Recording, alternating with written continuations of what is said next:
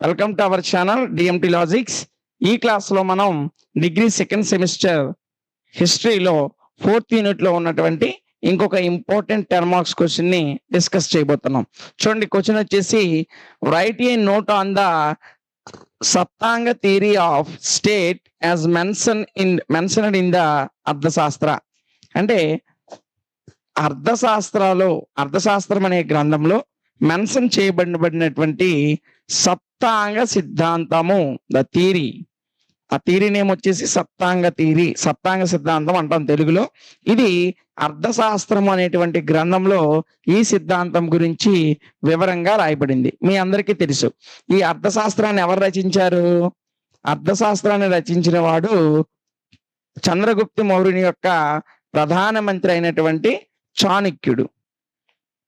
ఈ చాణక్యుడు రాసినటువంటి అర్థశాస్త్రము అనే గ్రంథంలో ఉన్నటువంటి సిద్ధాంతమే సప్తాంగ సిద్ధాంతము.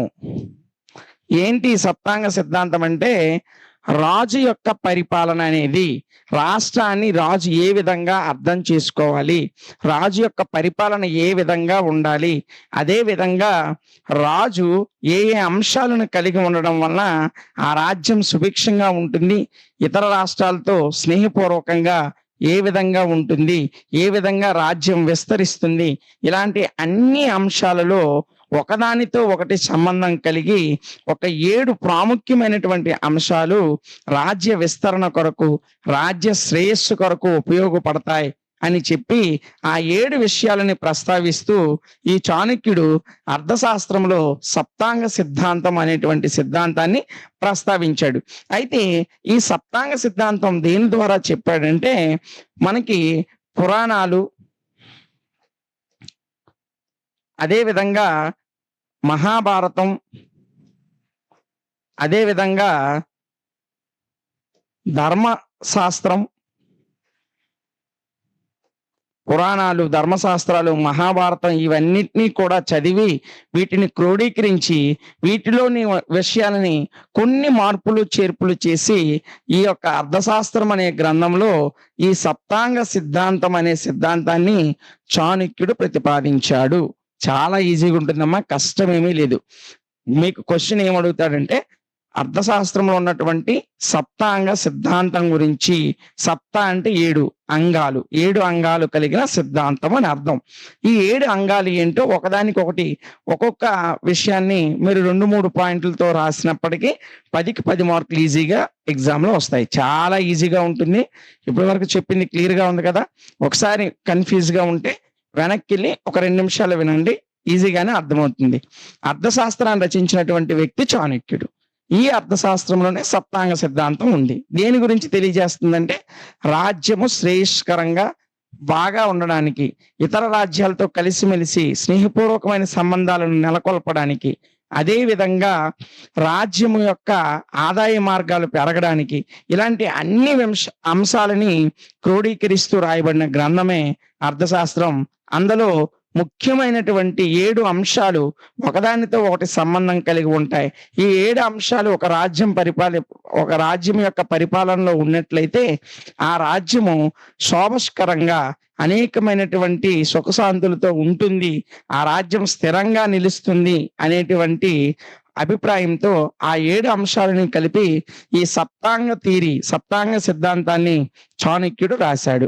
ఆ సప్తాంగ సిద్ధాంతాన్ని దేని మూలంగా రాశాడు అంటే, పురాణాలు, ధర్మశాస్త్రాలు, అదేవిధంగా మహాభారతం, వీటిల్లో ఉన్నటువంటి రాజ్య పరిపాలనా అంశాలన్నింటినీ క్రోడీకరించి, అంటే అన్ని అంశాలని కూడా జాగ్రత్తగా పరిశీలన చేసి కొన్ని చిన్న మార్పులు చేర్పులతో ఈయన ఈ సప్తాంగ సిద్ధాంతాన్ని ప్రతిపాదించాడు. ఇంకెన్ని ఆలస్యం, ఆ 7 అంశాలు ఏంటో ఒకదానికొకటి చాలా వివరంగా చెబుతాను.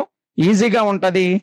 చెప్తున్నప్పుడే మీరు నోట్స్ రాసుకొని చిన్న సినాప్స్ గా కొన్ని పాయింట్స్, ప్రతి అంశానికి సంబంధించినటువంటి మెయిన్ పాయింట్స్ చెప్తున్నప్పుడు మీరు ఒక పేపర్ పెన్ను పట్టుకొని సినాప్స్ రాసుకున్నట్లయితే రేపు మీరు చదివేటప్పుడు ఇంకా ఈజీ అయిపోతుంది. చూడండి, ఈ సప్తాంగ రాజ్య సప్తాంగ థియరీ, సప్తాంగ రాజ్యం అన్నా సప్తాంగ సిద్ధాంతం అన్నా ఒకటే. ఇది ఏం చెప్పాం? ఒక రాజ్యాన్ని 7 భాగాలుగా విభజిస్తుంది. రాజ్యాన్ని 7 భాగాలుగా విభజిస్తుంది. ఎలా విభజించాలంటే రాజ్యంలో రాజు ఎలాగుంది, మంత్రిమండలి ఏ విధంగా ఉంది, రాజ్యానికి వచ్చేటువంటి ఖజానా అంటే రాజ్యానికి వచ్చిన ట్యాక్స్ రూపంలో కానీ పన్నుల రూపంలో వచ్చినటువంటి ధనాగారం ఏ విధంగా ఉంది, ఇతర రాజ్యాలతో స్నేహపూర్వక సంబంధాలు ఏ విధంగా ఉన్నాయి, ఇలా మొత్తం రాజ్యాన్ని 7 విషయాలుగా అంటే 7 భాగాలుగా విభజించడం జరుగుతుంది. ఇలా విభజించడం వల్ల ప్రతి విభాగంలో ఉన్నటువంటి బలము మరియు బలహీనత అంటే స్ట్రెంగ్త్ వీక్నెస్ రెండూ కూడా తెలుస్తాయి అని చాణక్యుడు ప్రతిపాదించాడు. ఏంటంటే ఇప్పుడు ఉదాహరణకి మంత్రి మండలి అనేది ఒక విభాగం. మండలిలో ఎంతమంది మంత్రులు ఉన్నారు, వారిలో సమర్థవంతమైనటువంటి వారు ఎంతమంది, సమర్థత లేని వారు ఎంతమంది, అంటే ఆ విభాగానికి సంబంధించి బలము బలహీనత తెలుస్తుంది. అలాగే సైన్యం అనేది ఒక విభాగం. సైన్యం ఎంత బలంగా ఉంది, లేకపోతే సైన్యంలో ఎక్కడ బలహీనత ఉంది, ఇలా ప్రతి విభాగాన్ని మొత్తము రాజ్యాన్ని 7 విభాగాలుగా విభజించి అందులో బలము బలహీనతను తెలుసుకోవడానికి ఈ సప్తాంగ సిద్ధాంతం అనేది ఉపయోగపడుతుంది. మరి ముఖ్యంగా చెప్పాలంటే ఈ వివిధ అంశాలన్నీ కూడా ఒకదానితో ఒకటి ఈ 7 విభాగాల్లో కూడా ఒకదానితో ఒకటి లింకప్ అయ్యి రాజ్యం యొక్క విస్తరణకు, రాజ్యం యొక్క శ్రేయస్కరానికి ఉపయోగపడతాయి అనే విషయము ఈ సప్తాంగ థియరీ అనేది తెలియజేస్తుంది. ఓకేనమ్మా, అర్థమైంది కదా? అర్థం అవ్వకపోతే ఒకసారి వెనక్కి వెళ్ళి చూడండి, ఈజీగానే అర్థమవుతుంది. ఇందులో వచ్చేసి మనకి మొదటి భాగము ఈ 7 సిద్ధాంతాల్లో మొదటి భాగం వచ్చేసి స్వామి. స్వామి అంటే రాజులనే స్వామి అంటారు, తెలుసు కదమ్మా మీకు. స్వామి అన్న రాజులని స్వామి అంటారు. సో ఈ స్వామి అనేటువంటి ఈ విభాగము ఎవరికి బోధించబడిందంటే రాజుకి బోధించబడింది. 7 అంశాల్లో మొదటి అంశం ఎవరికి బోధించడం అయింది? రాజుకి బోధించబడింది. అంటే ఒక రాజ్యంలో రాజు ఏ విధంగా ఉండాలి, రాజుని బట్టి యథా రాజా తదా ప్రజ అనేటువంటి సామెత ఉంది కదమ్మా. అంటే రాజు ఏ విధంగా ఉంటే ప్రజలు అదే విధంగా ఉంటారు. రాజ్యంలో రాజు గనుక శక్తివంతమైన వాడు అయితే, శక్తివంతమైన రాజు గనుక ఉన్నట్లయితే ప్రజలు కూడా శక్తివంతంగా ఉంటారు. అదే రాజు సోమరిపోతులా ఉంటే ప్రజలు కూడా సోమరుల్లాగే ఉంటారు. కాబట్టి రాజు తన యొక్క ప్రజలతో బంధాన్ని కలిగి ఉంటాడు. అంటే ఈ స్వామి అనేటువంటి మొదటి విభాగంలో ఈ విభాగం ఎవరికి బోధించబడింది అంటే రాజుకి బోధించడం అయింది. సో ఇక్కడ రాజు ఏ విధంగా ఉండాలి, రాజు ప్రజలతో ముడిపడి ఉంటది బంధం, రాజుకి ప్రజలకి బంధం ముడిపడి ఉంటది. రాజు మంచివాడు అయితే ప్రజలు సుభిక్షంగా సుఖ సంతోషాలతో ఉంటారు. రాజు క్రూరుడు చెడ్డవాడైతే ప్రజలు దుఃఖిస్తూ ఉంటారు. అదే విధంగా రాజు శక్తివంతమైనటువంటి బలం కలిగిన రాజు అయితే ప్రజలు కూడా శక్తివంతులుగా తీర్చిదిద్దబడతారు. రాజు సోమరైతే ప్రజలు కూడా సోమరులాగానే ఉంటారు. యథా రాజా తదా ప్రజ అంటే రాజు ఏ విధంగా ఉంటే ప్రజలు అదే విధంగా ఉంటారు. కాబట్టి రాజు ఉన్నతమైన లక్షణాలను కలిగి ఉండాలి, శక్తివంతమైనటువంటి వ్యక్తిగా ఉండాలి, ప్రజలతో ఒక తండ్రిలాగా ఉండాలి, ప్రజల యొక్క కష్ట నష్టాల్లో పాలు పంపులు పంచుకోవాలి అనేటువంటి అన్ని విషయాలు కూడా ఈ స్వామి అనే విభాగంలో పొందుపరచడం జరిగింది. ఇది సప్తాంగ సిద్ధాంతంలో మొదటి అంశము. ఇక రెండో అంగం ఏంటో ఒకసారి చూద్దాం. రెండో భాగం వచ్చేసి అమాత్య. రెండో భాగం ఏంటమ్మా? అమాత్య. ఈ అమాత్య అనే పదానికి అర్థం ఏంటంటే గొడుగు అని అర్థం. అమాత్య అనే పదానికి అర్థం ఏంటమ్మా? గొడుగు. ఏంటి గొడుగు అంటే ఈ అమాత్య అనేది రాజుకు గొడుగులాగా ఉండాలి. ఈ విభాగంలోకి వచ్చేవారు ఎవరెవరంటే మంత్రులు, సైన్యాధిపతి,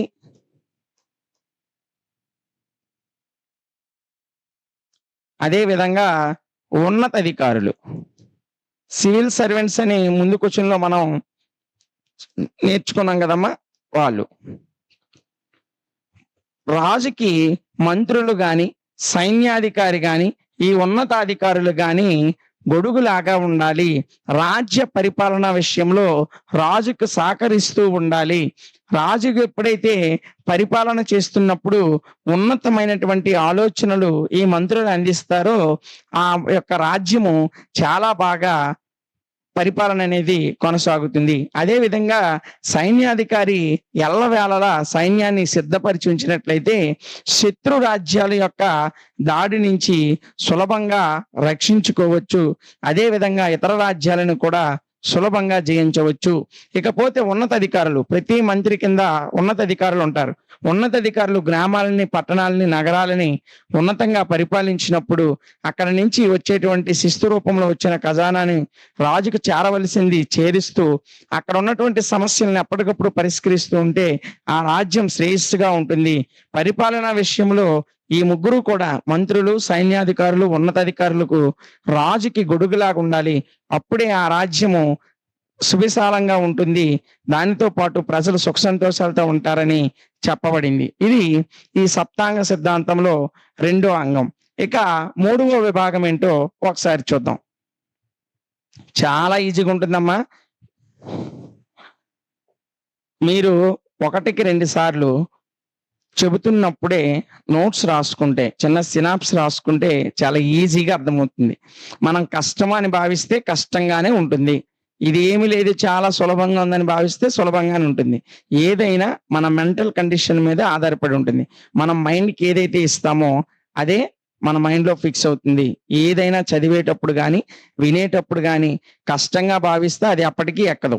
సులభంగా భావించామంటే ఎంత కష్టమైందైనా మనకి ఈజీగా అర్థమవుతుంది.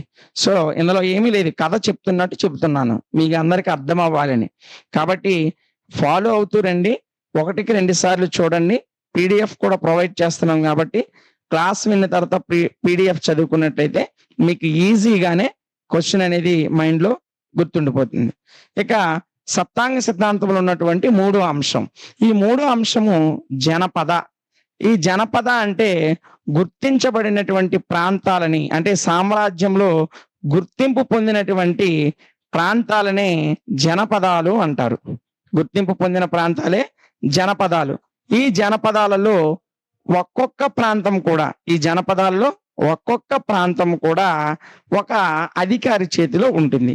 అయితే రాజుకి జనపదాలు ఏ విధంగా ఉపయోగపడతాయి అంటే, ఈ యొక్క ఏవైతే ఉన్నాయో జనపదాలు, ఈ జనపదాల నుంచి పన్నుల రూపంలో, వ్యవసాయ అధికారుల నుంచి పన్నుల రూపంలో రాజ్య ఖజానాకి వీళ్ళు డబ్బుని లేదా ధనాన్ని సమకూర్చేవారు. అంటే ఈ జనపదాల్లో ఎక్కువ మంది వ్యవసాయం చేస్తూ బ్రతికేవారమ్మా. ఆ వ్యవసాయం చేస్తూ బ్రతికిన వారి దగ్గర నుంచి 1/6 వంతు లేదా 1/4 వంతు ఇలా రకరకాలుగా ట్యాక్సెస్ విధించి అది అక్కడి నుంచి పొందుకున్నటువంటి డబ్బుని ఖజానాకి నింపేవారు. అదే విధంగా ముఖ్యంగా రాజ్యానికి ప్రధాన ఆదాయ వనరు అని మనం దేని గురించి అయినా చెప్పినట్లయితే అది జనపదం. ఈ జనపదాలు అనేవి రాజ్యానికి ప్రధాన ఆదాయ వనరులు. ప్రధాన ఆదాయ వనరులు. ఎందుకంటే జనపదాల్లోనే ఎక్కువ మంది వ్యవసాయం చేసేవారు. ఆనాటి కాలంలో కానీ ప్రస్తుతం కానీ, ప్రస్తుత భారతదేశంలో కూడా ఎక్కువ మంది వ్యవసాయం మీద ఆధారపడి జీవిస్తున్నారు.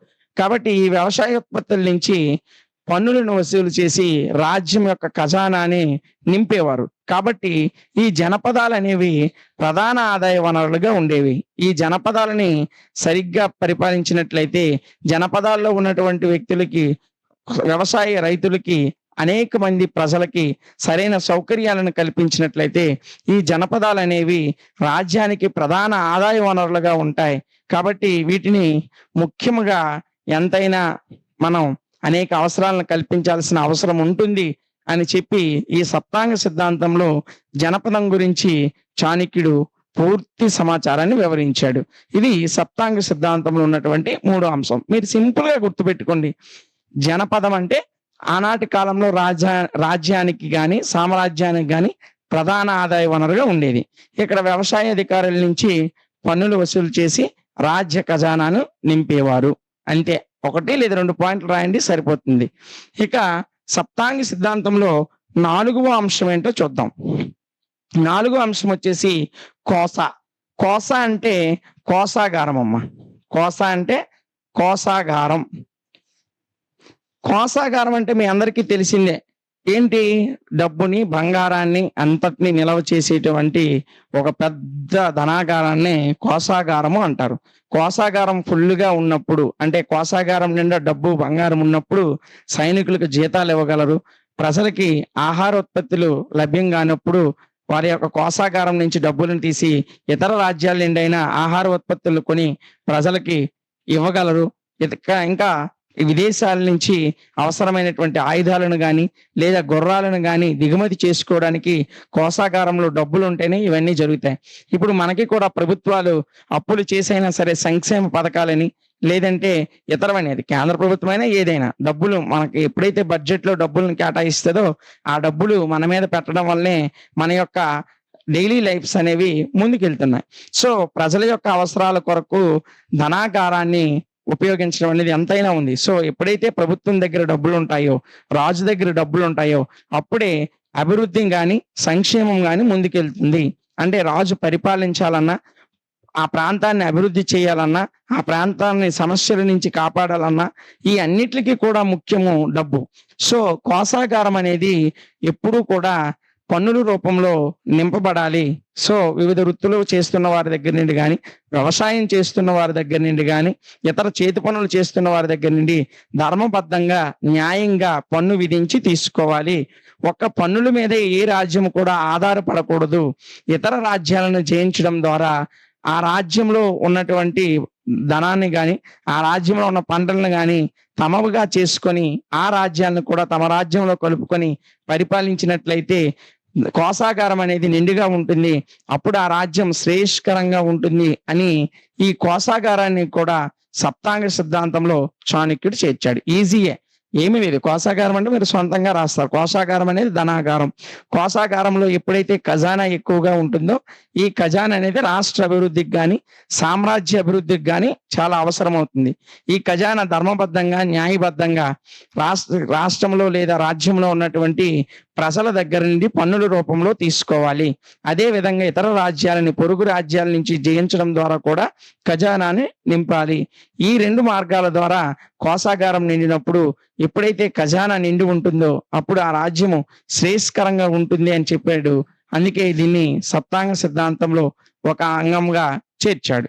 ఈ 7 అంగాల్లో 4 అంగాల గురించి మనము ఇప్పుడు వరకు డిస్కస్ చేసాం. ఇప్పుడు వరకు క్లియర్ కదా?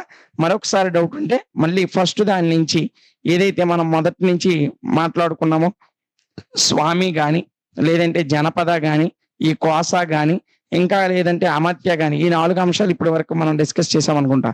ఈ 4 అంశాలని ఒకదాని తర్వాత ఒకటి మీరు జాగ్రత్తగా వినండి. ఈ 4 వచ్చిన తర్వాత మిగతా 3 అంశాలు నేర్చుకోండి.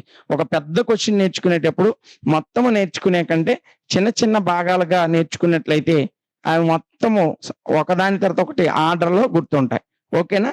ఇక నా 5వ అంశం ఏంటో ఒకసారి చూద్దాం. ఈ 5వ అంశం వచ్చేసి దుర్గా. దుర్గా అంటే కోటలమ్మ. రాజులు ఎత్తైనటువంటి కోటలను కట్టుకొని ఉండాలి.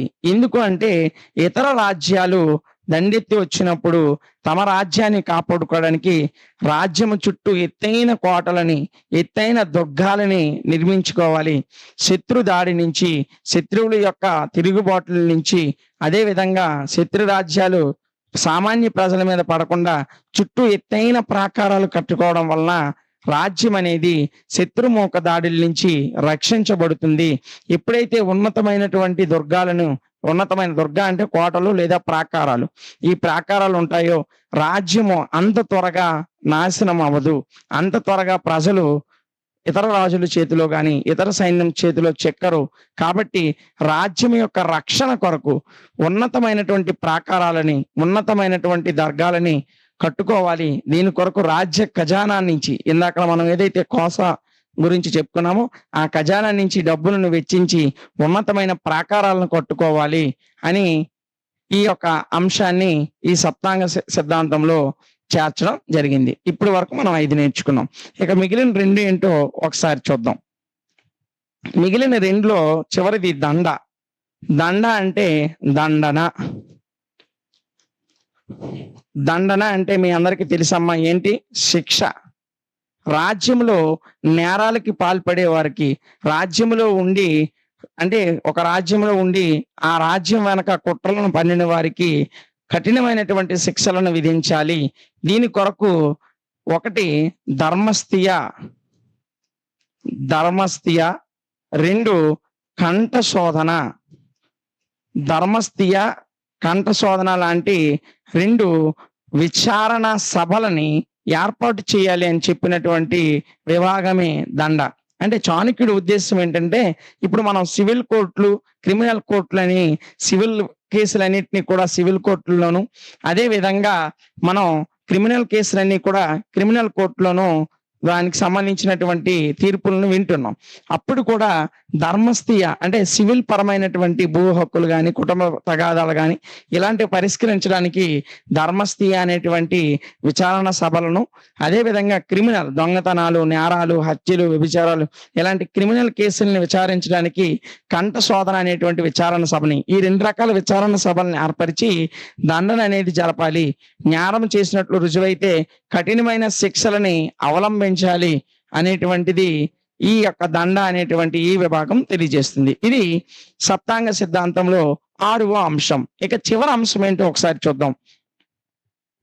ఈ చివరి అంశం ఏంటంటే మిత్ర. మిత్ర అంటే స్నేహము. రాజు అనేవాడు పొరుగు రాజ్యాలతో స్నేహపూర్వక సంబంధాలని కలిగి ఉండాలి. ఇటువంటి సంబంధాలు స్నేహపూర్వక సంబంధాలను కలిగి ఉండాలి. ఇలా స్నేహపూర్వక సంబంధాలు కలిగి ఉండడం వలన విదేశీ దాడుల నుంచి, విదేశీ దండయాత్రల నుంచి ఉమ్మడిగా ఉన్నటువంటి ఈ రాజులందరూ కలిసి పోరాడి భారతదేశాన్ని ఇతరుల యొక్క చేతుల్లోకి వెళ్ళిపోనివ్వకుండా సుభిక్షంగా సమర్థవంతంగా పరిపాలించడానికి అవకాశం ఉంటుంది. కాబట్టి ప్రతి రాజు కూడా తన పొరుగునున్న రాజులతో స్నేహపూర్వక సంబంధాలను కలిగి ఉండి వ్యాపార విషయంలో కానీ, వాణిజ్య విషయంలో కానీ, ప్రజల యొక్క శ్రేయస్కరమైనటువంటి ఆలోచన విషయంలో కానీ కలిసిమెలిసి నిర్ణయాలు తీసుకోవడం వల్ల ఇరు రాజ్యాల్లో ఉన్నటువంటి ప్రజలు సుభిక్షంగా ఉంటారు, వారి సుఖ సంతోషాలతో ఉంటారు. కాబట్టి ప్రతి రాజు కూడా పొరుగు రాజులతో స్నేహపూర్వకమైన సంబంధాలను కలిగి ఉండాలి అని చెప్పి ఈ మిత్ర అనేటువంటి అంశాన్ని కూడా సప్తాంగ సిద్ధాంతంలో చేర్చడం జరిగింది. ఈ 7టిని కలిపి అర్థశాస్త్రంలో సప్తాంగ సిద్ధాంతము అనేటువంటి పేరుతో చాణక్యుడు ప్రతిపాదించాడు. ఇది భారతదేశంలో పరిపాలనను ప్రతిబింబించినటువంటి అతి ముఖ్యమైనటువంటి సిద్ధాంతం. ఇప్పటి వరకు మనం మాట్లాడిన ఈ 7 కూడా ఆ సప్తాంగ సిద్ధాంతంలో ఉన్నాయి. ఏంటి? మొదటిగా స్వామి అంటే రాజు చేయాల్సినటువంటి కార్యాలు ఏంటి. రెండోది మనం అమత్య గొడుగ్గా ఎవరు ఉండాలో చెప్పాం. మూడోది మనం జనపదాలు రాజ్య విస్తరణకు, రాజ్య శ్రేయస్సుకి ఎంత ముఖ్యమైనవో చెప్పాం. తర్వాతది కోసాగారం గురించి చెప్పాం.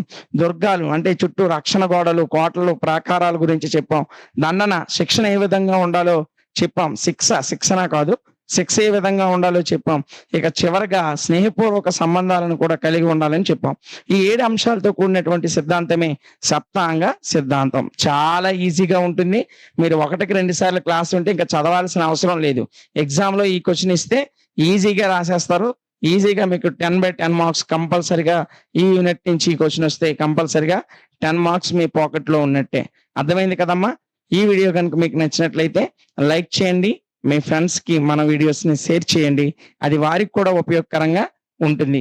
డిగ్రీ 2nd సెమిస్టర్ హిస్టరీలో 4th యూనిట్ లో ఉన్నటువంటి ఇంపార్టెంట్ షార్ట్ ఆన్సర్ క్వశ్చన్స్ ని డిస్కస్ చేయబోతున్నాం. సో ఈ 4th యూనిట్ లో మీకు ఎక్కువగా ఇవ్వడానికి అవకాశం ఉన్న క్వశ్చన్ ఇదమ్మా. Give a brief note on justice and punishment during the period of Mauryans.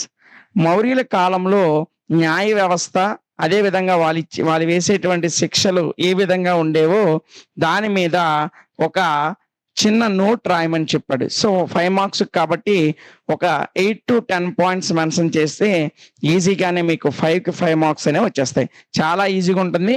చూడండి, మౌర్యుల కాలంలో సామాజిక వ్యవస్థను, దీన్నమ్మా సామాజిక వ్యవస్థను కాపాడడానికి మౌర్యులు ఒక అత్యున్నతమైనటువంటి న్యాయ వ్యవస్థను కలిగి ఉండేవారు. ఏ వ్యవస్థను? న్యాయ వ్యవస్థను కలిగి ఉండేది. మౌర్యుల కాలంలో అత్యున్నతమైన న్యాయ వ్యవస్థ ఉండేది. సామాజిక వ్యవస్థ సజావుగా సాగడం కొరకు అత్యున్నతమైన న్యాయ వ్యవస్థను కలిగి ఉండేది. అయితే ఈ న్యాయ వ్యవస్థ గురించి అందులో ప్రస్తావించబడిందంటే అర్థశాస్త్రం. మౌర్యుల గురించి చెప్తున్నంత కాలం ఈ అర్థశాస్త్రం అనే గ్రంథం వినబడుతుంది. ఎందుకంటే మౌర్యుల యొక్క పరిపాలనా విషయాలన్నీ కూడా ఈ అర్థశాస్త్రం అనే గ్రంథంలో ఉంటాయి. ఈ అర్థశాస్త్రంలో వివిధ రకాలైనటువంటి శిక్షలకు వివిధ రకాలైన శిక్షలకు వివిధ రకాల చూడండి, ఈ అర్థశాస్త్రం గ్రంథంలో ఏ తప్పు చేసినా వివిధ రకాల శిక్షలు, ఏ విధమైనటువంటి శిక్షలు విధించేవారో ఈ అర్థశాస్త్రంలో వివరంగా రాయబడ్డాయి. సింపుల్ గా చెప్పాలంటే వివాహ సంబంధమైన తగువులు కానీ, విడాకులు కానీ, అదేవిధంగా దొంగతనాలు, నేరాలు, హత్యలు, కల్తీ చేయడాలు, ఇలాంటి అన్ని రకాల తప్పులకి, అన్ని రకాల నేరాలకి ఏ నేరానికి ఏ శిక్ష విధించాలి, ఏ తప్పుకి ఏ శిక్ష విధించాలి, సాధారణ శిక్ష నుంచి మరణ శిక్ష వరకు వివిధ రకాల తప్పులకి వేసేటువంటి శిక్షలన్నీ కూడా ఈ అర్థశాస్త్రంలో ప్రస్తావించబడ్డాయి. అయితే మౌర్యుల కాలంలో ఈ శిక్షలను నిర్ణయించడానికి రకరకాల కోర్టులు ఉండేవమ్మ. ఈ శిక్షలను నిర్ణయించడానికి రకరకాల కోర్టులు ఉండేవి. ఏంటి ఆ కోర్టులు అంటే సివిల్ కోర్టులుగా పనిచేసే ధర్మస్థియ. ఈ ధర్మస్థియ అనేవి సివిల్ కోర్టులుగా ఉండేవి. అదే విధంగా క్రిమినల్ కోర్టులుగా కంఠశోధన అనేటువంటి కోర్టులు ఉండేవి. క్రిమినల్ కోర్టులుగా కంఠశోధన అనేటువంటి కోర్టులు ఉండేవి. ఈ కోర్టులు తప్పు చేసే వారిని విచారించి తప్పు నేరం రుజువైన తర్వాత రకరకాల శిక్షలు, అర్థశాస్త్రంలో ఏవైతే శిక్షలు చాణక్యుడు రాశాడో ఆ పుస్తకంలో ఉన్నటువంటి అర్థశాస్త్రం అనే గ్రంథంలో ఉన్నటువంటి శిక్షలకు అనుగుణంగా వీరు చేసినటువంటి నేరాలకి తీర్పును ఇచ్చేవారు. అయితే ఈ యొక్క తీర్పులు ఇవ్వడానికి కానీ, జరిమానాలను వసూలు చేయించడానికి కానీ, జరిమానాలు విధించడానికి కానీ ఈ కోర్టుల్లో ఉన్నటువంటి వ్యక్తులు ఎవరంటే ఈ ధర్మస్థియ అనేటువంటి కోర్టుల్లో ధర్మస్థులు అంటే ప్రస్తుతం మనం న్యాయమూర్తులు అంటాం కదమ్మా, అంటే జడ్జెస్. సో ధర్మస్థులు అనేటువంటి న్యాయమూర్తులు ఉండేవారు. వీళ్ళు వారు చేసినటువంటి తప్పులని, నేరాలని విచారించి వారు చేసినటువంటి తప్పులకి అర్థశాస్త్రంలో ఉన్న ప్రకారంగా శిక్షలు విధించేవారు. అయితే తప్పులే చేయకుండా ఆ వ్యవస్థలను నిరోధించేటువంటి వ్యక్తులు కూడా ఉండేవారు. ఎవరంటే వీళ్ళని ప్రదేశస్త్రీలు అంటారు. ఏమంటారు? ప్రదేశస్త్రీలు. ఈ ప్రదేశస్త్రీలు అనేటువంటి వ్యక్తులు కూడా వీళ్ళు ఏం చేసేవారంటే జరిమానాలు విధిస్తే ఆ జరిమానాలను వసూలు చేయించుకోవడం, నేరాలను చేసేవారిని అణిచివేయడం, ఇలాంటి పనులు చేసేవారు ప్రదేశస్త్రీలు. నేరాలని విచారించి ఆ నేరాలకు తగ్గటువంటి శిక్షలను విధించేవారు ధర్మస్థులు. ప్రదేశస్త్రీలు, ధర్మస్థులు వీళ్ళిద్దరూ కూడా న్యాయ వ్యవస్థలో కీలకంగా ఉండేవారు. వీళ్ళు అధికారులే. సివిల్ కోర్టులు మరియు క్రిమినల్ కోర్టులు అని పిలువబడేటువంటి ధర్మస్థియ అనేటువంటి సివిల్ కోర్టులు ఉండేవి, కంఠశోధన అనేటువంటి క్రిమినల్ కోర్టులు ఉండేవి. ఈ కోర్టుల్లో న్యాయాన్ని విచారించి అన్యాయం అని తేలితే, లేదా తప్పు లేదా దోషం అని తేలితే దానికి తగ్గ శిక్షను విధించే వాళ్ళు ధర్మస్థులు. సో వీళ్ళు విధించినటువంటి జరిమానాలు ఏవైతే ఉన్నాయో వాటిని అమలు చేసేవారు, లేదా మరణ శిక్షలను అమలు చేసేవారు ప్రదేశస్త్రీలు. వీళ్ళు నేరమే జరగకుండా అణిచివేసేటువంటి అధికారులు. ఈ రెండు రకాల అధికారులు కూడా మౌర్యుల యొక్క పాలనా కాలంలో ఉండేవారు. అయితే ఈ మౌర్యుల పరిపాలన అంతటిలో కూడా న్యాయాధికారిగా ఉన్నతమైన న్యాయాధికారి, ఇప్పుడు మన దేశంలో ఉన్నతమైన న్యాయాధికారి వచ్చేసి సుప్రీంకోర్టు ప్రధాన న్యాయమూర్తి. సో మౌర్యుల కాలంలో కూడా చక్రవర్తి అత్యున్నతమైనటువంటి న్యాయాధికారి. ఎవరు అత్యున్నత న్యాయాధికారి? చక్రవర్తి.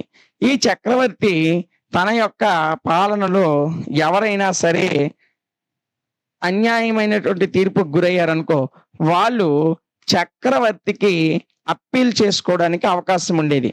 చక్రవర్తికి అప్పీల్ చేసుకోవడానికి అవకాశం ఉండేది. ఈ అవకాశాన్ని డైరెక్ట్‌గా వాళ్ళు అప్పీల్ చేసేవారు కాదు. ఇలా అప్పీల్ చేయడానికి ఒక మధ్యవర్త సంఘం ఉండేది. మధ్యవర్తి సంఘం ఉండేది అప్పట్లో. చూడండి, ధర్మస్థల్ లేదా కంఠశోధన అనేటువంటి కోర్టుల్లో తీర్పులు పొందిన వారు వారికి అనుకూలంగా తీర్పు రాకపోతే మేము తప్పు చేయలేదు, మాకు వ్యతిరేకంగా తీర్పు వచ్చింది అని వారు భావించినట్లయితే అత్యున్నత న్యాయాధికారం కలిగినటువంటి చక్రవర్తికి అప్పీల్ చేసుకునేటువంటి అధికారం ఉంది. ఇప్పుడు మనకు ఎలాగైతే హైకోర్టుల్లో మనకు గనుక అనుకూలమైన ఫలితం రాకపోతే సుప్రీంకోర్టుకి అప్పీల్ చేసుకుంటాం. అదే విధంగా ఈ ధర్మస్థులు అనేటువంటి న్యాయమూర్తులు ఇచ్చిన తీర్పుల్లో న్యాయం జరగకపోతే వాళ్ళు చక్రవర్తికి అప్పీల్ చేసుకునేవారు. ఇలా అప్పీల్ చేసుకోవడానికి ఒక మధ్యవర్తి సంఘం ఉండేది. అంటే నేరారోపణ ఎదుర్కొంటున్న వారికి చక్రవర్తికి మధ్యన ఒక మధ్యవర్తి సంఘం ఉండేది. ఆ మధ్యవర్తి సంఘం ద్వారా చక్రవర్తికి అప్పీల్ చేసుకునేవారు. అర్థమవుతుంది కదమ్మా? ఈ విధంగా మౌర్యుల కాలంలో న్యాయ వ్యవస్థ అనేది ఉండేది. ఇంకా చెప్పాలంటే అశోకుని వేయించినటువంటి శాసనాలలో నగర మహామాత్రులు అనే వారి గురించి ప్రస్తావించబడింది. నగర మహామాత్రులు. ఈ నగర మహామాత్రులు అనేవారు నగరాలలో ఈ యొక్క పరిపాలనని కొనసాగించేవారు. అంటే ఈ న్యాయపరమైనటువంటి అంశాలన్నీ కూడా వీళ్ళ ఆధీనంలోనే ఉండేవి. నగరాల్లో జరిగిన తప్పుల్ని విచారించడము, దానికి తగ్గ శిక్షలని చాణక్యుడు రాసిన అర్థశాస్త్రం ప్రకారం విధించడము అనేది చేసేవారు. అయితే ఈ నగర మహామాత్రులు అనేవారు ఎలాంటి తప్పు లేకుండా ప్రజలని జైల్లో పెట్టకూడదు అనేటువంటి విషయాలను కూడా ఏవి తెలియజేస్తున్నాయంటే అశోకుడు ఏర్పాటు చేసినటువంటి శాసనాలు అనేవి తెలియజేస్తున్నాయి. ఎవరైనా ఈ నగర మహామాత్రుల యొక్క పనితీరుని ప్రతి 5 సంవత్సరాలకు ఒకసారి చక్రవర్తి పరిశీలించేవాడు. అంటే ఇతర వ్యక్తుల చేత దీన్ని, అంటే మనం ఇన్స్పెక్షన్ అంటాం కదా, తనిఖీ అధికారులు వస్తారు. అలా నగర మహామాత్రులు ఏ విధంగా పరిపాలిస్తున్నారో, ఏ విధంగా న్యాయపరమైనటువంటి తీర్పులు ఇస్తున్నారు, నేరాలకు ఏ విధమైన శిక్షలు వేస్తున్నారు అనేటువంటి విషయాలన్నింటినీ కూడా ఎన్ని సంవత్సరాలకు ఒకసారి, 5 yearsకి ఒకసారి పర్యవేక్షించేవారు. ఈ విధంగా అంటే చక్రవర్తి నుంచి కింద స్థాయి వరకు మౌర్యుల పాలనలో న్యాయ వ్యవస్థ అనేది ఉండేది. సో చాలా ఈజీగా ఉంటుంది. 1-2 సార్లు వినండి, ఏమీ లేదమ్మా, ఈజీగా గుర్తుపెట్టుకోవచ్చు. న్యాయ వ్యవస్థ అనేది చక్రవర్తి కాలంలో ఎలా ఉండేదంటే సామాజిక వ్యవస్థ సజావుగా జరగడానికి ఉండేది. 2 రకాల కోర్టులు ఉండేవి. ధర్మస్థీయ అని, ఇంకోటి కంఠశోధన అని. ఇందులో ధర్మస్థులు అనే న్యాయమూర్తులు ఉండేవారు. వాళ్ళు శిక్షలు వేసేవారు. వాటిని అమలు చేసేవారు ప్రదేశ స్త్రీలు. ఎవరికైనా జరిమానా విధిస్తే అది తీసుకోవడం, లేదంటే మరణ శిక్షలు లాంటివి, నేరమే చేయకుండా అణిచివేసేటువంటివి, ఇలాంటి అన్ని రకాల పనులు చేసేవారు ప్రదేశ స్త్రీలు. ఎవరికైనా న్యాయం జరగకపోతే వాళ్ళు మధ్యవర్తి సంఘం ద్వారా చక్రవర్తికి అప్పీల్ చేసుకునేవారు. అశోకుని శాసనాల ప్రకారము మౌర్యుల కాలంలో నగర మహామాత్రులు అనేవారు ఉండేవారు. వీళ్ళు నగరాల్లో న్యాయ విచారణ చేసి శిక్షలు విధించేవారు. వీళ్ళ గురించి 5 సంవత్సరాలకి ఒకసారి వీళ్ళ యొక్క న్యాయ విధానాన్ని చక్రవర్తి పర్యవేక్షిస్తూ ఉండేవాడు. ఈ విధంగా మౌర్యుల కాలంలో పరిపాలన అనేది ఉండేది. అర్థమైంది కదమ్మా? చాలా ఈజీగా ఉంటది. 1-2 సార్లు వింటే ఇంకా ఈజీగా మీకు అర్థమవుతుంది. రేపు ఎగ్జామ్ లో ఈ క్వశ్చన్ రావడానికి ఎక్కువ అవకాశం ఉంది. ఈజీగానే రేపు 5 మార్క్స్ అనేవి మీకు ఈ యూనిట్ నుండి వస్తాయి. అయితే మీకు గనుక మన వీడియోస్ నచ్చినట్లయితే, ముఖ్యంగా ఈ వీడియో కనుక మీకు ఉపయోగకరంగా ఉన్నట్లయితే లైక్ చేయండి, మీ ఫ్రెండ్స్ కి షేర్ చేయండి. ఇది వారికి కూడా ఉపయోగకరంగా ఉంటుంది. ఇందులో ఉన్నటువంటి ఇంకొక షార్ట్ ఆన్సర్ క్వశ్చన్ వచ్చేసి, mention the main elements in military system of Mauryan period. మౌర్యుల కాలంలో ఉన్నటువంటి సైన్యం గురించి వాడు మెన్షన్ చేయమని చెప్పాడు. సో మౌర్యుల కాలంలో సైనిక విభాగం ఏ విధంగా ఉండేది, సైన్యం ఏ విధంగా ఉండేది అనే విషయమే ఈ షార్ట్ ఆన్సర్. చాలా ఈజీగా ఉంటుంది. ఒక 5 to 6 points లో ఈజీగా వివరిస్తాను. దీన్ని అనలైజ్ చేసుకొని రాసుకుంటే ఎస్ఏ అవుతుంది, ఈజీగా గుర్తుపెట్టుకుంటే షార్ట్ అవుతుంది. సో చాలా ఈజీగా నేర్చుకోవచ్చమ్మా, ఎలాంటి టెన్షన్ పడద్దు. కథ చెప్పినట్టు చెప్తాను, గుర్తుపెట్టుకొని వీలైతే ఒక చిన్న పెన్ను పేపర్ పెట్టుకొని సినాప్స్ రాసుకోండి. అయితే మౌర్యులు అత్యంత శక్తివంతమైనటువంటి సామ్రాజ్యాన్ని కలిగి ఉన్నారని మీ అందరికీ తెలుసు. అంత సామ్రాజ్యాన్ని కలిగి ఉన్నారంటే దానికి గల కారణం అత్యంత శక్తివంతమైనటువంటి సైన్యం ఉంది. అత్యంత శక్తివంతమైనటువంటి సైన్యం మౌర్యుల వద్ద ఉంది. మౌర్యుల వద్ద ఉన్నటువంటి సైన్యం చాలా పెద్ద సైన్యం. ఉదాహరణకి దీనికి ఉదాహరణగా మనం కళింగ యుద్ధాన్ని, అశోకుడి కాలంలో జరిగినటువంటి కళింగ యుద్ధం గురించి మనం చెప్పుకోవచ్చు. ఈ కళింగ యుద్ధంలో దాదాపు 1,00,000 మందికి పైగా చనిపోయారు. ఇంకా కొన్ని వేల మంది గాయాల పాలయ్యారు. దీనికి నిర్వచనంగా ఈజీగా మనం ఇది ఉదాహరణగా చెప్పొచ్చు. మౌర్యులు ఎంత పెద్ద సైన్యాన్ని కలిగి ఉన్నారో దానికి ఒక ఉదాహరణ కళింగ యుద్ధం. దీంతో పాటు సెల్యూకస్ నికేటర్ యొక్క తిరోగమనం. సెల్యూకస్ నికేటర్ని చంద్రగుప్త మౌర్యుడు ఓడించాడు. గ్రీకుల్నే ఓడించాడంటే చంద్రగుప్త మౌర్యుని దగ్గర ఎంత పెద్ద సైన్యం ఉందో ఒకసారి మనం అర్థం చేసుకుంటే మౌర్య సామ్రాజ్యంలో మౌర్యుల దగ్గర ఎంత సైన్యం ఉందో అర్థమవుతుంది. ఇక మూడోది, చాణక్యుడు రాసినటువంటి అర్థశాస్త్రములో మౌర్యుల దగ్గర ఎంత సైన్యం ఉంది, ఎంత విస్తారమైనటువంటి సైన్యం ఉంది అనే విషయాన్ని తెలియజేస్తుంది. ముఖ్యంగా మౌర్య సామ్రాజ్యం అనేది ఒక పెద్ద సువిశాలమైన సామ్రాజ్యం. ఇంత పెద్ద సామ్రాజ్యాన్ని చంద్రగుప్త మౌర్యుడు, ఆ తర్వాత వచ్చినటువంటి అతని వారసులు బిందుసారుడు గాని అశోకుడు గాని విస్తరించారు అంటే కారణం ఏంటంటే మౌర్యులు అత్యంత శక్తివంతమైన సైన్యాన్ని కలిగి ఉన్నారు. ఈ సైన్యాన్ని మౌర్యులు ఎంత పెద్ద సైన్యాన్ని కలిగి ఉన్నారో తెలియజేయడానికి ఆధారాలుగా మనం కళింగ యుద్ధాన్ని చూసుకున్న, సెల్యూకస్ నికేటర్ తిరోగమనాన్ని అంటే భారతదేశాన్ని విడిచిపెట్టి వెళ్ళిపోవడాన్ని చూసిన, అదే విధంగా అర్థశాస్త్రంలో చాణక్యుడు ఈ యొక్క మౌర్య సామ్రాజ్యానికి చెందిన సైన్యాన్ని వివరించిన కథనాలను చూసిన మౌర్యులు ఎంత పెద్ద సైన్యాన్ని కలిగి ఉన్నారు అనే విషయాన్ని మనకి క్లియర్ గా అర్థమవుతుంది. అయితే ఈ సైన్యంలో మౌర్యులు వివిధ రకాల దళాలను కలిగి ఉన్నారు. అదేంటంటే మొదటిది వచ్చేసి పదాతి దళం, రెండోది వచ్చేసి అశ్విక దళం,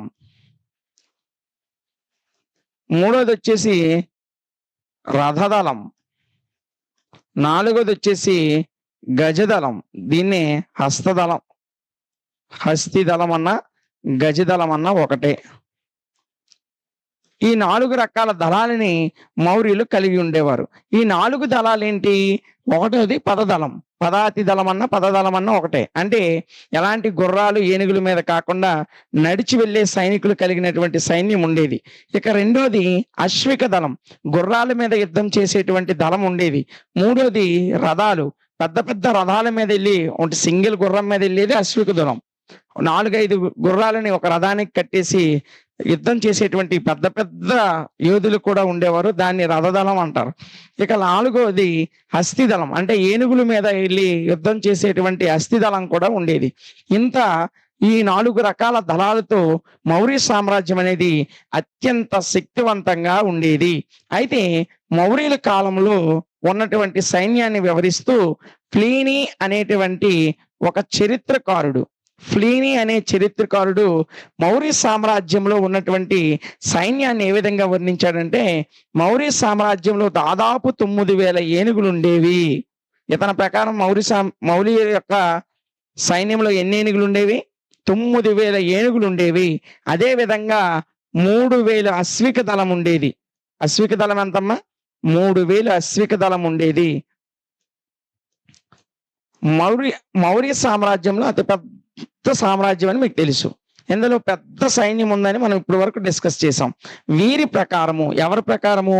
ప్లీనీ ప్రకారము మౌర్యుల యొక్క సైన్యంలో 9,000 ఏనుగులు, 3,000 అశ్వికాలు అంటే 3,000 గుర్రాల మీద యుద్ధం చేసేవారు 3,000 మంది. అదే విధంగా 6,000 పదాతి దళం ఉంది. 6,000 పదాతి దళం అంటే కాలినడకనెళ్ళి యుద్ధం చేసేటువంటి దళం 6,000 మంది ఉన్నారు. 9,000 ఏనుగులు ఉన్నాయి, 3,000 అశ్వాలు అంటే గుర్రాలు ఉన్నాయి. ఎంత పెద్ద సైన్యం మౌర్యుల దగ్గర ఉంది అని చెప్పాడు.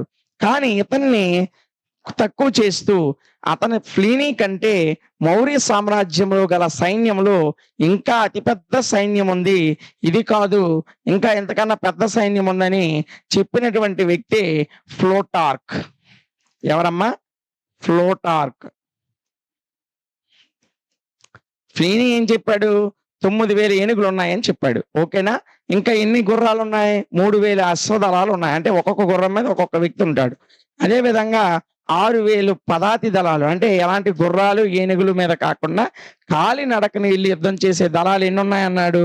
6,000 ఉన్నాయన్నాడు. అయితే ఈ అంశాన్ని తప్పుపడుతూ మౌర్యుల దగ్గర ఇంత సైన్యమే కాదు, ఇంతకంటే పెద్ద సైన్యం ఉంది అని చెప్పి అతనేం చెప్పాడంటే ఏనుగులు 6,000 ఉన్నాయని చెప్పాడు. ఏనుగులు ఎన్ని ఉన్నాయి? 6,000 ఏనుగులు ఉన్నాయి అని చెప్పాడు. ప్లీనీ ప్రకారం ఏనుగులు ఎన్ని ఉన్నాయి? 9,000. ఇతని ప్రకారం ఏనుగులు ఎన్ని ఉన్నాయి? 6,000. అయితే ఇతను గుర్రాల సంఖ్య 80,000గా చెప్పాడు. అశ్వదళం ఎంత ఉంది? 80,000 ఉంది అని చెప్పాడు. ఏనుగులు 6,000 ఉన్నాయి, గుర్రాలు 80,000 మంది ఉన్నారు. అంటే గుర్రాల మీద యుద్ధం చేసేవారు 80,000 మంది ఉన్నారు. అతని దగ్గర, అంటే మౌర్యుల దగ్గర 80,000 గుర్రాలు ఉన్నాయి. అదే విధంగా 8,000 యుద్ధ రథాలు ఉన్నాయి. యుద్ధ రథాలన్నీ 8,000 ఉన్నాయి. పదాతి దళం వచ్చేసి 20,000 మంది. పదాతి దళం ఎంతమ్మా? 20,000 మంది. ఇంత విస్తారమైన సైన్యం మౌర్యుల దగ్గర ఉంది అని చెప్పిన వాడు ప్లూటార్క్. 6,000 ఏనుగులు, 80,000 గుర్రాలు, 8,000 రథాలు, 20,000 మంది పదాతి దళాలు. అంటే ఎలాంటి ఏనుగులు గుర్రాల మీద కాకుండా కాలినడకన వెళ్ళి యుద్ధం చేసేటువంటి వాళ్ళు 20,000 మంది ఉన్నారు. ఇంత పెద్ద సైన్యాన్ని కలిగి ఉండి బలముగా ఉన్నారు.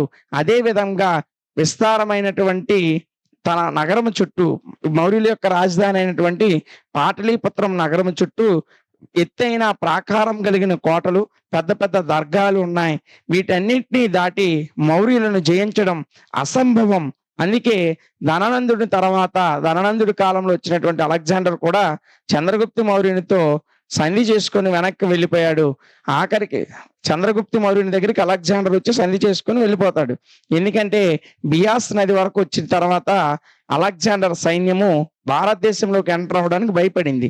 భారతదేశ రాజులు పెద్ద పెద్ద గుర్రాలు, పెద్ద పెద్ద ఏనుగులు, పెద్ద పెద్ద రథాలతో కూడినటువంటి విస్తారమైన సైన్యాన్ని కలిగి ఉంటారు, వారితో యుద్ధం చేయలేమని చెప్పి బియాస్ నది వరకే అలెగ్జాండర్ సైన్యం వచ్చి భారతదేశం నుంచి వెనుదిరిగింది.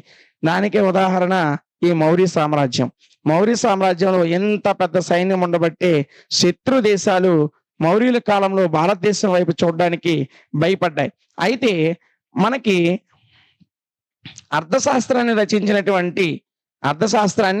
రచించినటువంటి కౌటిల్యుడి ప్రకారం, కౌటిల్యుడన్నా చాణక్యుడన్నా ఒకటే, మీకు తెలుసు. ఈ చాణక్యుడి ప్రకారం సైన్యము ఏ విధంగా విభజించబడేదంటే ఒక కమాండరింగ్ ఆర్డర్ లో ఉండేది. మొదటిగా పదాతి దళం ఉండేది. యుద్ధంలో మొదటగా ఉండే దళం పదాతి దళం. అంటే కాళ్ళనడకన యుద్ధం చేసేటువంటి సైనికులు ముందు వరుసలో ఉండేవారు. ఆ తర్వాత అశ్విక దళం ఉండేది. ఈ అశ్విక దళం అంటే గుర్రాల మీద యుద్ధం చేసేవారు. వారి వెనకాతల రథదళం ఉండేది. ఇక చివరలో రాజులు, చక్రవర్తులు అందరూ కలిపి గజ దళం మీద ఉండేవారు. దీన్నే అస్థి దళం అంటారు. ఇలా 4 రకాలుగా దళాలు యుద్ధంలో ఒకదాని తర్వాత ఒకటి యుద్ధంలో పార్టిసిపేట్ చేసేవి. 4 వరుసల్లో సైన్యాన్ని నిలవబెట్టేవారు అని అర్థశాస్త్రం, కౌటిల్యుడు రచించినటువంటి అర్థశాస్త్రం తెలియజేస్తుంది. దీన్నే ప్రస్తావిస్తూ అదే రాజ్యంలో ఉన్నటువంటి మెగస్తనీస్ రాసిన ఇండికా అనే గ్రంథంలో ఈ 4 దళాలకి ఒక్కొక్క అధ్యక్షుడు ఉంటాడు. పదాధ్యక్షుడు, అలాగే అశ్విక దళ అధ్యక్షుడు, అలాగే రథదళ అధ్యక్షుడు, గజదళ అధ్యక్షుడు, ఈ 4 దళాలకి సంబంధించినటువంటి కమాండరింగ్ అధికారులు ఉండేవారు. వాళ్ళు ఇక్కడ ఈ దళాలని చాలా తెలివిగా, చాలా వ్యూహాత్మకంగా నడిపేవారు. అందువల్లే మౌర్యులు ఎంత పెద్ద రాజులతోనైనా సులభంగా యుద్ధాల్లో గెలుపొందేవారు అని ఈ యొక్క మౌర్యుల యొక్క సైన్యాన్ని వివరించారు. ఎవరు? ఇండికా అనే గ్రంథంలో మెగస్తనిస్ వివరించాడు. ఇంకా వీరి యొక్క సైన్యం గురించి మనం మాట్లాడుకుంటే, సైన్యంలో ఎవరికైనా యుద్ధంలో జరుగుతున్నప్పుడు గాయాలు కానీ, ఏవైనా రక్తస్రావం కానీ జరిగితే వైద్య సేవలు కూడా అందుబాటులో ఉండేవి. ఏ సేవలు? వైద్య సేవలు కూడా అందుబాటులో ఉండేవి. సైనిక వ్యవస్థకి బలమైనటువంటి వైద్య సేవ కూడా అందుబాటులో ఉండేది. ఇంకా చెప్పాలంటే ఈ మౌర్యులు స్ ఆయుధాల ఉత్పత్తి, నిర్వహణ చేయడానికి ఆయుధగారాలు కూడా ఉండేవి. ఆయుధాల ఉత్పత్తి. ఈ ఆయుధాలను సొంతంగా తయారు చేసుకునేవారు. అదే విధంగా వాటిని సొంతంగానే నిర్వహించేవారు. ఆయుధాల ఉత్పత్తి, నిర్వహణ మీద ఆయుధగారం, ఇప్పుడు ధనాగారం ఎలాగుంటదో ఆయుధ కర్మాగారం కూడా మౌర్యుల కాలంలో ఉండేది. దాని మీద మీరు 'బాహుబలి' చూసినట్లయితే కట్టప్ప ఆయుధ కర్మాగారానికి అధిపతిగా ఉంటాడు చూసారా? అదే విధంగా మౌర్య సామ్రాజ్యంలో ఆయుధ కర్మాగారం ఉండేది. సొంతంగా కత్తులు, గదలు, ఈటెలు, బల్యాలు అన్నిటినీ కూడా సొంతంగానే ఉత్పత్తి చేసుకునేవారు. దానికి ఒక అధ్యక్షుడు ఉండేవాడు. అతనే ఆయుధగార అధ్యక్షుడు. ఈ విధంగా బలమైనటువంటి సైనిక వ్యవస్థను కలిగి మౌర్య సామ్రాజ్యం అనేది ఉండేది. మౌర్య వంశంలో ఉన్న ఏ రాజు అయినా సరే, అది చంద్రగుప్త మౌర్యుడైనా, బిందుసారుడైనా లేదా అశోకుడైనా, వీళ్ళందరూ కూడా ఎంత శక్తివంతమైనటువంటి సైన్యాన్ని కలిగి ఉండేవారు. వీళ్ళు సైన్యంలో ఉన్నటువంటి సైనికులకి 4,000 నుంచి 48,000 వరకు పణాలని జీతంగా నగదు రూపంలో ఇచ్చేవారు. ఇప్పుడు మనం రూపాయలు అంటున్నాం. మౌర్యుల కాలంలో డబ్బుని పణాలు అనేవారు. సో వాళ్ళ యొక్క సీనియారిటీని బట్టి, లేదా వాళ్ళు ఈ దళాల్లో ఏ దళానికి చెందుతారు, పదాతి దళమా, అశ్విక దళమా, రథదళమా, గజదళమా, ఈ దళాలను బట్టి వాళ్ళకి 4,000 నుంచి 48,000 వరకు పణాలని నగదు రూపంలో జీతాలుగా చెల్లించేవారు. ఎంత గొప్ప బలమైన పటిష్టమైనటువంటి సైనిక వ్యవస్థని మౌర్యులు కలిగి ఉండేవారు. ఇది మౌర్యుల యొక్క సైనిక వ్యవస్థకు సంబంధించినటువంటి సమాచారం.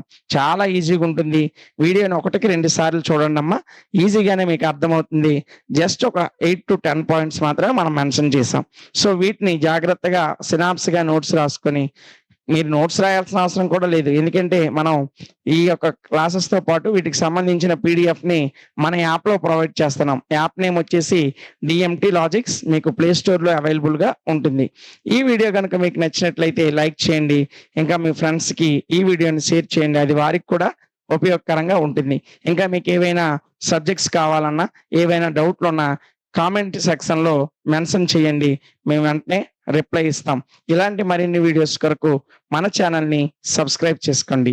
Thank you.